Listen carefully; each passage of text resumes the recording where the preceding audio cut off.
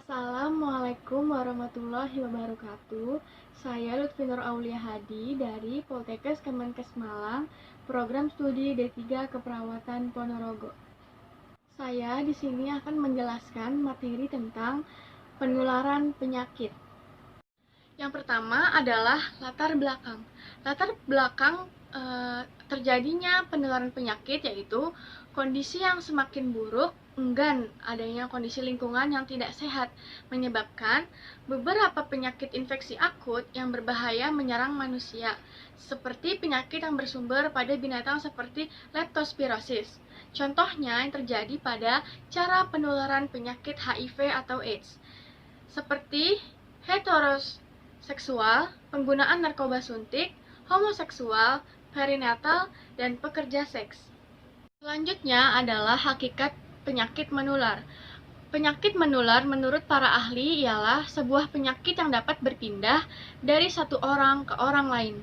Nah, menurut di dunia medis, penyakit menular atau biasa kita sebut penyakit infeksi merupakan penyakit yang disebabkan oleh agen biologi seperti halnya virus, bakteria, atau parasit, dan bukan disebabkan oleh faktor fisik seperti luka bakar atau zat kimia atau keracunan. Nah, selanjutnya adalah jenis-jenis penyakit menular. Yang pertama ada influenza. Influenza atau yang lebih sering kita kenal dengan flu adalah penyakit menular yang paling umum diderita oleh orang-orang. Influenza ini disebabkan oleh virus influenza yang setiap waktunya bermutasi, sehingga sistem imunitas tubuh kita sulit untuk mendeteksi virus satu ini. Yang kedua ada tuberkulosis atau TBC. TBC ini adalah penyakit infeksi saluran pernafasan yang disebabkan oleh bakteri basil. Bakteri basil sendiri menginfeksi sangat kuat. Bakteri ini 90% cenderung menginfeksi paru-paru jika dibandingkan dengan organ-organ tubuh manusia lainnya. Nah, yang ketiga adalah rubella. Rubella adalah campak dari Jerman yang disebabkan oleh virus rubella. Umumnya, penyakit ini menjangkiti anak-anak dan remaja. Gejala yang dialami penderita rubella awalnya adalah demam, iritasi ringan pada mata, hidung tersumbat, mual, dan muntah. Munculnya ruam di kulit yang menyebar, membengkaknya kelenjar getah bening disertakan nyeri. Selanjutnya adalah cacar air. Cacar air adalah penyakit yang disebabkan oleh infeksi virus Vaccinia zoster yang menimbulkan bintik kemerahan di kulit, menggelembung maupun tidak. Dia bisa melepuh dan terasa gatal. Masa inkubasi virus penyebab cacar ini sekitar 2-3 minggu. Nah, yang kelima adalah pneumonia atau radang paru-paru, yaitu suatu peradangan yang disebabkan oleh bakteri, virus, maupun parasit lainnya. Peradangan terjadi pada pulmonary alveolus yang seharusnya bertugas untuk menyerap oksigen dari atmosfer. Akan tetapi, karena terjadinya peradangan, organ ini menjadi terisi cairan, sehingga penyerapan oksigennya terganggu dan menyebabkan sulit bernafas. Dan yang keenam, ada hepatitis.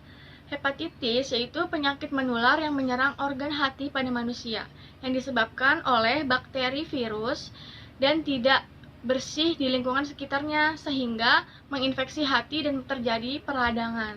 Yang ketujuh ada AIDS.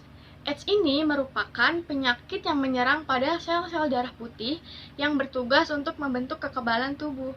Akibatnya, daya tahan tubuh kita menjadi merosot dan sangat mudah dihinggapi berbagai macam penyakit, dan AIDS ini bisa menyebabkan kematian. Yang ke-8 adalah rabies. Penyakit rabies ini ialah penyakit yang menyerang sistem syaraf pusat pada manusia maupun hewan yang berdarah panas. Penyakit ini disebabkan oleh virus rabies dan ditularkan pada manusia melalui hewan. Yang ke-9 ada flu burung. Penyakit menular yang disebabkan oleh virus H5N1 ini pernah menjadi perbincangan yang sangat dahsyat karena memakan banyak korban. Virus yang awalnya berasal dari unggas ini dapat menyebabkan kematian pada manusia. Biasanya, pada manusia akan menyerang sistem pernafasan dengan gejala awal demam dan dapat menyebabkan kematian. Yang terakhir, ke-10 adalah SARS. SARS ini merupakan gangguan infeksi akut pada sistem pernafasan yang dapat menyebabkan kematian pada penderitanya. Nah, berikutnya adalah penyebaran penyakit menular secara umum. Yang pertama, bisa melewati media langsung dari orang yang terjangkit, biasanya melalui permukaan kulit. Yang kedua, melalui udara. Udara menjadi media dalam penularan penyakit secara langsung ataupun tidak langsung. Yang ketiga, melewati media air. Media air ini bisa menjadi penularan penyakit secara langsung maupun tidak langsung juga seperti media udara. Dan yang terakhir adalah media melalui darah dan cairan tubuh. Contohnya seperti urin, saliva, air susu, semen, luka terbuka, transfusi, jarum suntik, dan lain-lain. Selanjutnya adalah dampak buruk dari penyakit menular. Yang pertama, itu bisa membuat tubuh kita menjadi kurang sehat. Selanjutnya, badan kita menjadi lemas, badan kita menjadi letih dan lesu, dan yang terakhir adalah orang lain menjadi ikut sakit karena sakit kita yang menular. Nah, pemberian obat-obatan pada penyakit menular ini bisa diberikan antibiotik, diberikan antivirus, dan diberikan anti jamur. Berdasarkan beberapa uraian yang tadi saya jelaskan, dapat disimpulkan bahwa penyakit menular menjadi salah satu penyebab utama kematian di dunia. Penyakit tersebut dapat berpindah dari satu orang ke orang lain. Penularannya tersebut bisa terjadi secara langsung maupun tidak langsung, dan juga bisa menular melalui perantara atau penghubung. Sekian presentasi dari saya, kurang lebihnya mohon maaf. Wassalamualaikum warahmatullahi wabarakatuh.